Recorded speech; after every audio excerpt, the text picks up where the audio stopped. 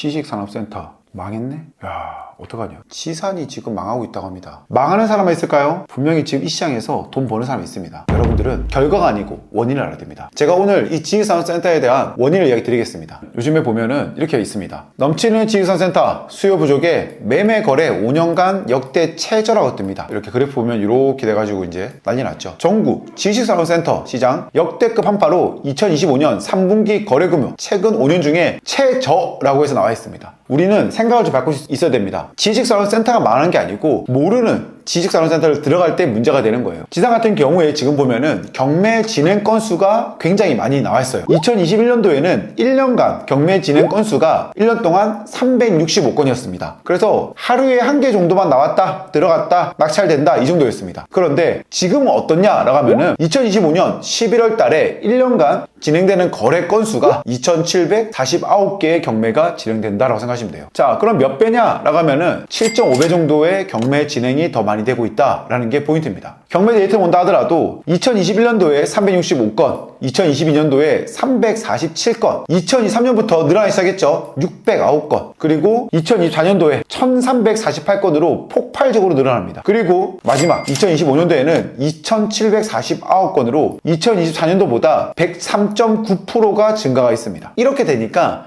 많은 매체에서 지산은 끝났고 돈을 벌지 못한다라고 얘기합니다. 그러다 보니까 당연히 낙찰가율은 점점 떨어집니다. 얼마까지 떨어졌다? 평균 낙찰가율은 55%입니다. 100억짜리가 55억에 팔리는 그런 비중이라는 겁니다. 자, 그러니까는 5억짜리가 2억 7,500이 됐어 라고 하면은 그 사람들이 파산으로 이어지는 경우도 많이 있다. 자, 그렇다면은 어떤 게 문제였는지 그리고 어떻게 해결해야지만이 우리는 이 시장에서 살아남을 수 있을지에 대해서 이야기 드리도록 하겠습니다. 일단은 가장 첫 번째 문제는 뭐냐면 분양에 대한 분양 구조였습니다. 2021년도에 아파트의 대체자로 아파트형 공장 지산이 떠올랐거든요. 지산 같은 경우에는 상권을 가리지 않습니다. 아파트랑 똑같은 구조로 일반 사무실 구조랑 똑같거든요. 어떤 상권이 더 좋아? 층이 더 좋아? 위치가 더 좋아? 이걸 따지지 않아요. 그러다 보니까 그 당시에 아파트 투자에 대한 대처제로 아파트형 공장이 굉장히 많이 떠올랐다는 거죠. 자, 그러면 떠오르다 보니까 사람들이 돈 벌 수 있을 것 같아 라고 해서 신규 분양을 많이 받았습니다. 그 신규 분양에 대한 문제점이 뭐냐라고 하면은 이런 문제였어요. 예전에 어떻게 되냐면은 계약금 10%, 중도금 50%, 잔금 40% 이렇게 해서 집단대출이 나왔어요. 얼마 나왔다? 5억이면은 한 80%까지 나왔습니다. 얼마? 4억까지 나왔다. 이후에 이제 입주가 시작되면은 대출을 전환합니다. 그러면 그때 당시에도 예전에 잘 나갈 때는 이때도 70에서 80% 대출 가능했습니다. 그러니까는 이렇게 낸 것에 대해서 충분히 이어갈 수 있었다는 거예요. 지금은 이거를 최대 40% 이하까지 축소시켰습니다. 5억에 분양받아서 4억까지 대출이 나올 줄 알고 있었는데 2억밖에 안 나온다. 이거밖에 안 나오는 거예요.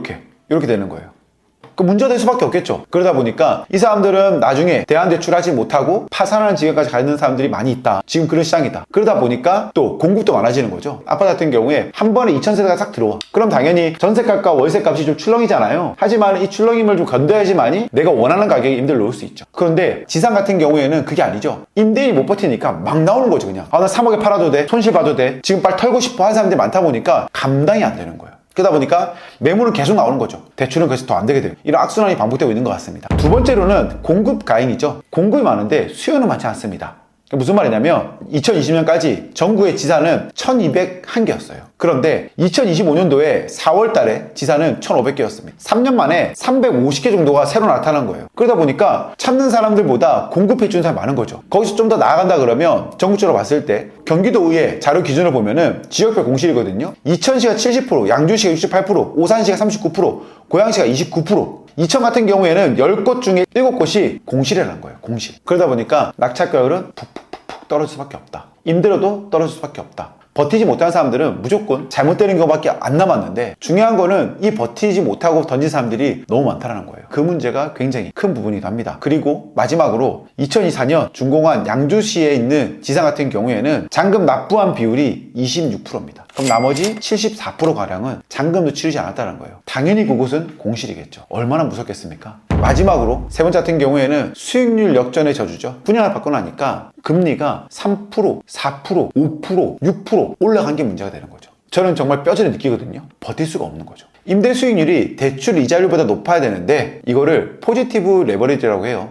무슨 말이냐 하면은 2021년도에는 임대 수익률이 4%대였어요. 대출 금리는 2.5, 3%대입니다. 이래서 1.5 정도의 수익률은 최소한에 있었거든요. 근데 2025년도에는 임대 수익률이 4%대 똑같은데 금리가 이거보다 넘어가다 보니까 역마진 구간이 생긴 거예요. 가지고 있으면 손실이 되는 거죠. 손실. 버틸 수 없는 구조다. 그러다 보니까 그 공포심을 이기지 못하고 사람들은 내놓습니다. 그게 지금 여기 현실입니다. 문제점은 이제 명확해졌죠. 첫 번째로는 분양에 대한 구조에 대한 문제점이 있었던 것이고, 두 번째로는 공급이 너무 많았다라는 것이고, 세 번째로는 수익률 역전의 저주라 그래서 수익률이 안 나오다 보니까 사람들이 던질 수밖에 없었다라는 거예요. 자, 그렇다면은 생각할 수 있죠. 족장님, 그럼 지사를 하면 안 되는 건가요? 무조건 망하는 건가요? 뭐 꼭 그렇진 않습니다. 지역별로 좀 다를 수 있어요. 서울 같은 경우에는 80%대 방어하고 있고요. 경기 남부 같은 경우에는 30% 가량 하락한 것 같아요. 그래서 한 60, 70% 되는 것이고, 경기 북부 같은 경우에는 거의 재난 수준입니다. 경매 낙찰가율이 50%가 붕괴됐어요. 그렇기 때문에 우리가 투자를 한다 그러면 이런 것들을 잘 보고 투자해야 됩니다. 하지만 중요한 거는 우리는 뭘 알고 있죠? 경매를 알고 있죠. 낙찰가율이 50% 붕괴됐으면 우리는 30%대 받으면 돼요.